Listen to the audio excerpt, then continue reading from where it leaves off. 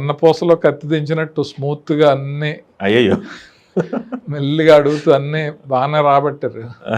Okay. తప్పదండి. ఇక్కడ కూర్చున్న తర్వాత ఆడియన్స్ ఏం ఎక్స్పెక్ట్ చేస్తారు మన నుంచి, ఎదురున్న గెస్ట్ నుంచి అనేది గెస్ట్ చేసగలిగి చేయటం అనేది అంతే. దానికోసం ఇంకా ఆడియన్స్ని వాళ్ళ కోసం. లేదు లేదు అదే నాకు ఆ రెస్పెక్ట్ ఉంది జర్నలిస్టుల మీద. అదే సార్, జర్నలిస్టుల మీద కూడా ఒక అభిప్రాయం మీకంటూ ఉండేది కదా. అంటే అభిప్రాయం ఏం కాదు, నేను అంటే అది కూడా ఇప్పుడు అడిగారు కాబట్టి చెప్తున్నాను. చెప్పండి. జర్నలిస్టులు అనేవాళ్ళు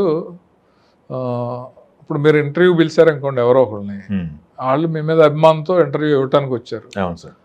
అవి నాలెడ్జ్ కోసం ఎన్ని క్వశ్చన్లు వేసి వాళ్ళ ఎక్స్పీరియన్స్ గురించి మాట్లాడినా పర్లేదు, కానీ వాళ్ళు హర్ట్ అయ్యే విధంగా, ఎందుకంటే ఈ మధ్యన మీరు ఖాళీగా ఉన్నారు, ఎందుకంటే మీరు సినిమాల్లో కనపడట్లేదు, ఎందుకంటే మీరు హీరో అవ్వాల్సిన వాడు ఎలా చేస్తున్నారు, ఈ టైప్ క్వశ్చన్లు వేసిన వాళ్ళు కూడా చాలా మందిని చూశాను. అబ్బా.